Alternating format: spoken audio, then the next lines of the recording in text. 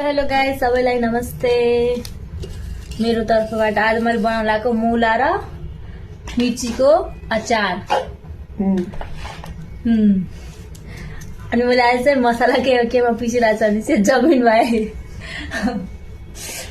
यो केमा भने चाहिँ बटर पेपरमा राई पिसिरहेको छु। बाँकी त मसला मसँग छँदैछ, मैले लिएर आएकी छु।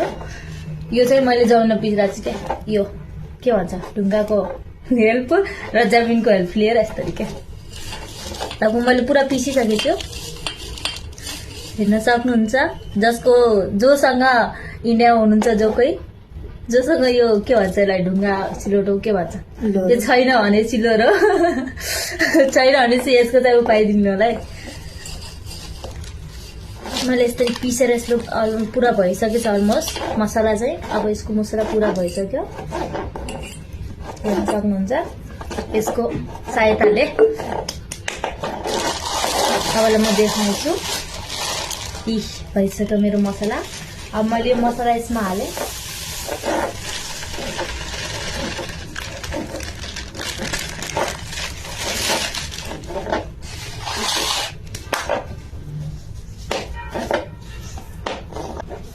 हेर्न सक्नुहुन्छ मैले तोरी हालिसकेकी छु अरे यसलाई पिसेर।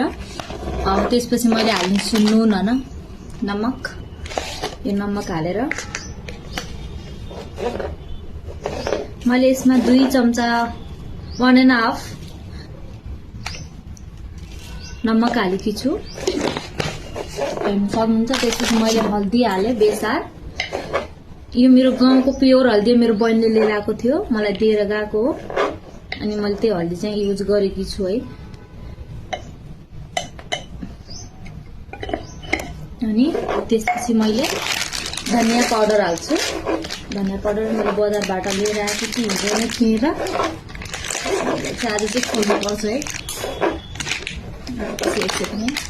खोल्न चाहन्छु। यो मिर्ची पाउडर हो, मेरो यताबाट चाहिँ नन्दले चाहिँ मलाई जिस्काइरहेको छ है। हजुरहरूले यसलाई माइन्ड गरिदिनु होला।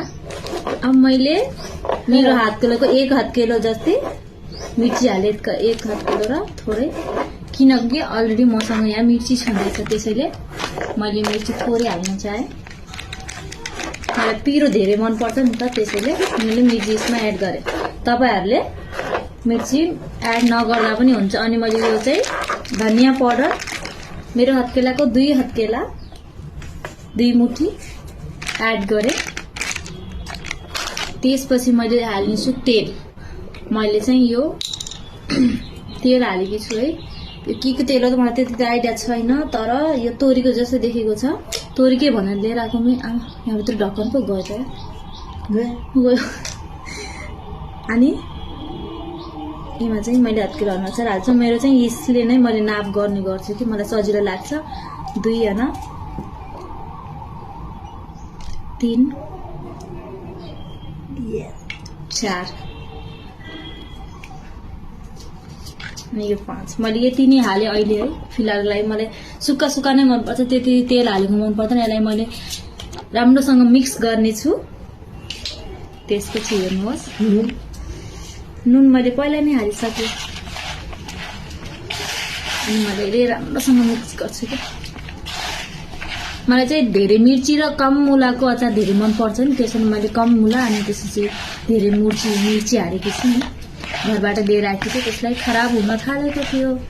अनि त्यसपछि मैले त्यसको चाहिँ अचार बनाउन थालेँ। मलाई चाहिँ मसलाको जो मसला हुन्छ नि त्यो मलाई एकदम धेरै मनपर्छ। यसमा मैले धेरै मिक्स गरेको छु, म धेरै हालेको छु। मलाई ज्यादा मसला हालेको धेरै मनपर्छ।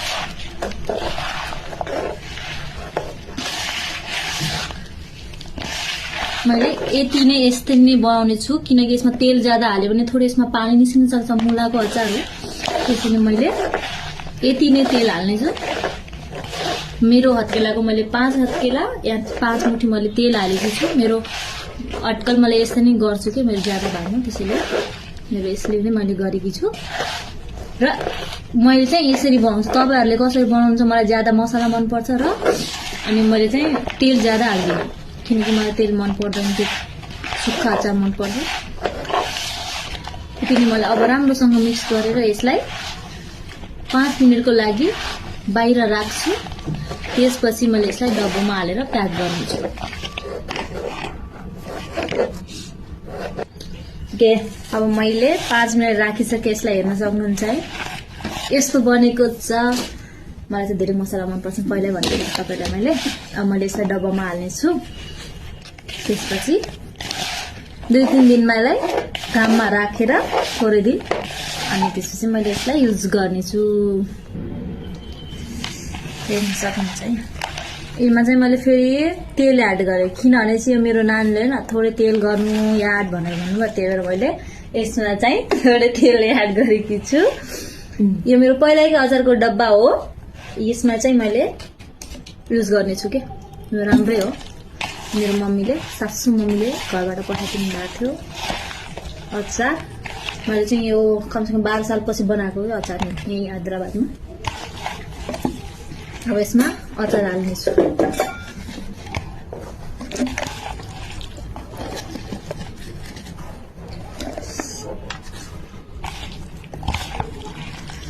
आमको अचार पठाइदिनु भएको थियो मेरो मम्मीले।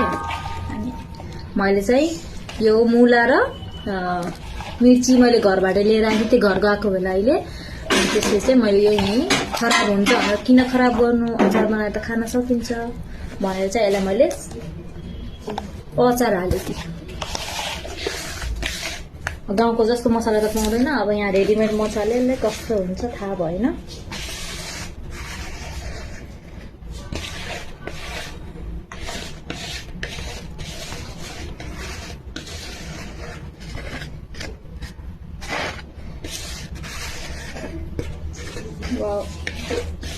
हेर्दा त खङ लागेको छ, तर आज मेरो सोमबार उपवास हो। मैले व्रत लिन्छु सधैँ सोमबार, त्यही भएर आज मैले खान मिल्दैन। मैले चाख्दिनँ पनि है, मैले टेस्ट पनि गर्दिनँ। कुनै पनि चिज मैले खाना बनाउँदा या जुनसुकै गर्दा पनि मैले कुनै पनि चिजहरू टेस्ट गर्दिनँ, किनकि मैले त्यो लेभलले नै नमक या ऊ हालेकी हुन्छु। त्यसैले मैले टेस्ट कहिले पनि गर्दिनँ। खानामा पनि कुनै पनि चिजमा मैले यति नमक पहिला नै हालेछु भने मैले टेस्ट गर्दिनँ। त्यसैले पहिला त मेरो आज उपास हो, मैले गर्दिनँ। अनि दोस्रो कुरा चाहिँ मैले कहिले पनि टेस्ट गर्दिनँ। मेरो हालेको नमक बराबरै नै हुन्छ कि। त्यसैले गाइस, हजुरहरूको यस्तो कस्तो हुन्छ कुकरमा तपाईँहरूले मलाई कमेन्टमा आएर प्लिज भनिदिनु होला। यति भन्दै मेरो अचार भइसक्यो रेडी। अब म यसलाई घाममा राखेर 1 हप्तापछि निकालेर खानेछु। तपाईँहरूलाई नि त्यस्तो अचार कसरी बनाउनु भयो भनिदिनु होला ल।